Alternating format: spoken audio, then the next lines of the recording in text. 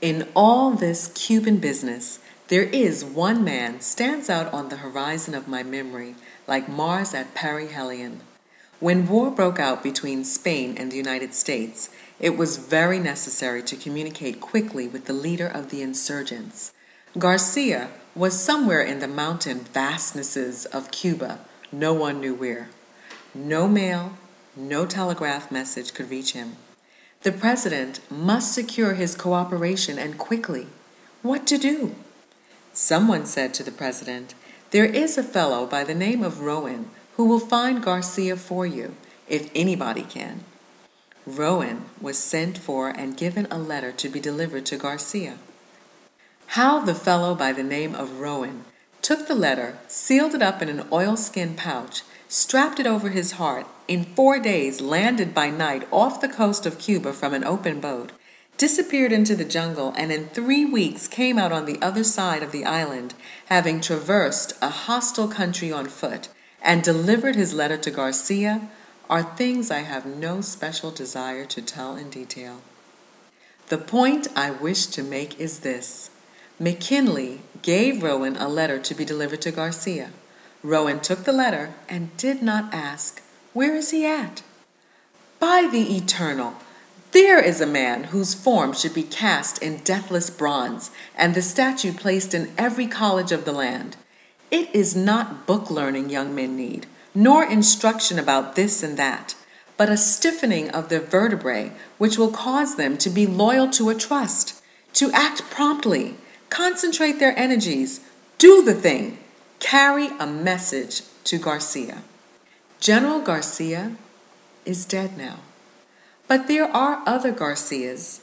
No man has endeavored to carry out an enterprise where many hands were needed, but has well nigh appalled at times by the imbecility of the average man, the inability or unwillingness to concentrate on a thing and do it.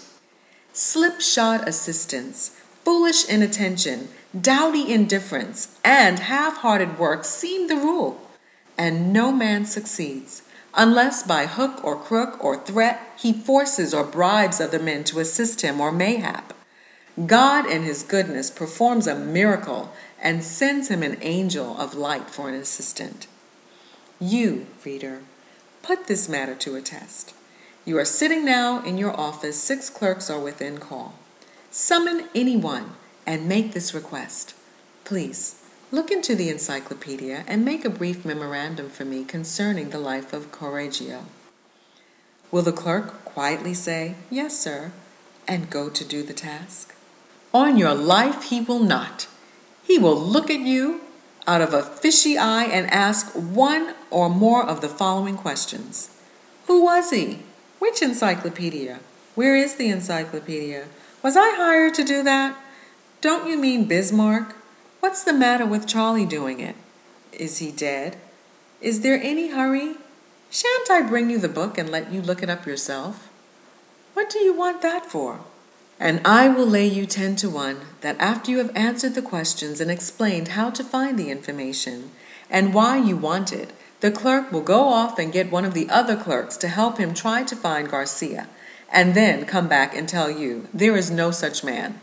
Of course, I may lose the bet, but according to the law of average, I will not. Now, if you are wise, you will not bother to explain to your assistant that Correggio is indexed under the C's and not the K's, but you will smile sweetly and say, "Never mind," and go look it up yourself. In this incapacity for independent action, this moral stupidity, this infirmity of the will, the unwillingness to cheerfully catch hold and lift, these are the things that put sure socialism so far into the future. If men will not act for themselves, what will they do when the benefit of their efforts is for all? A first mate with knotted club seems necessary, and the dread of getting the bounce Saturday night holds many a worker to his place. Advertise for a stenographer, and 9 out of 10 who apply can neither spell nor punctuate, and do not think it necessary to. Can such a one write a letter to Garcia? "You see that bookkeeper?" said the foreman to me in a large factory. "Yes, what about him?"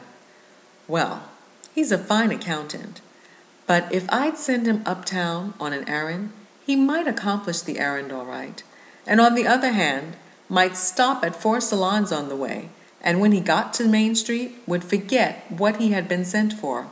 Can such a man be entrusted to carry a message to Garcia? We have recently been hearing such maudlin sympathy expressed for the downtrodden denizens of the sweatshop, and the homeless wanderer searching for honest employment, and with it all often go many hard words for the men in power.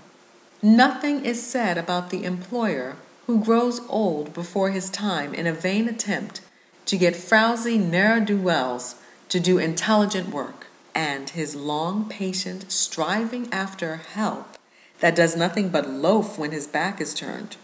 In every store and factory, there is a constant weeding out process going on. The employer is constantly sending away help that have shown their incapacity to further the interests of the business, and others are being taken on. No matter how good times are, this sorting continues. Only if times are hard and work is scarce, the sorting is done finer. But out, and forever out, the incompetent and unworthy go. It is the survival of the fittest.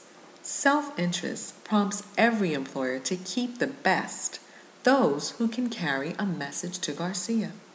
I know one man of really brilliant parts who has not the ability to manage a business of his own, and yet who is absolutely worthless to anyone else because he carries with him constantly the insane suspicion that his employer is oppressing or intending to oppress him.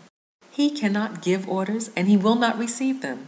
Should a message be given him to take to Garcia, his answer would probably be, "Take it yourself." Tonight, this man walks the streets looking for work, the wind whistling through his threadbare coat. No one who knows him dare employ him, for he is a regular firebrand of discontent. He is impervious to reason, and the only thing that can impress him is the toe of a thick-soled number 9 boot. Of course, I know that one so morally deformed is no less to be pitied than a physical cripple. But in our pitying, let us drop a tear too for the men who are striving to carry on a great enterprise, whose working hours are not limited by the whistle, and whose hair is fast turning white because the struggle to hold the line, dowdy indifference, slipshod imbecility, and the heartless ingratitude which, but for their enterprise, would be both hungry and homeless. Have I put the matter too strongly? Possibly. But when all the world has gone a-slumming, I wish to speak a word of sympathy for the man who succeeds, the man who, against great odds, has directed the efforts of others, and having succeeded, finds there's nothing in it, nothing but bare board and clothes. I have carried a dinner pail and worked for days' wages, and I have also been an employer of labor, and I know there is something to be said on both sides. There is no excellence per se in poverty.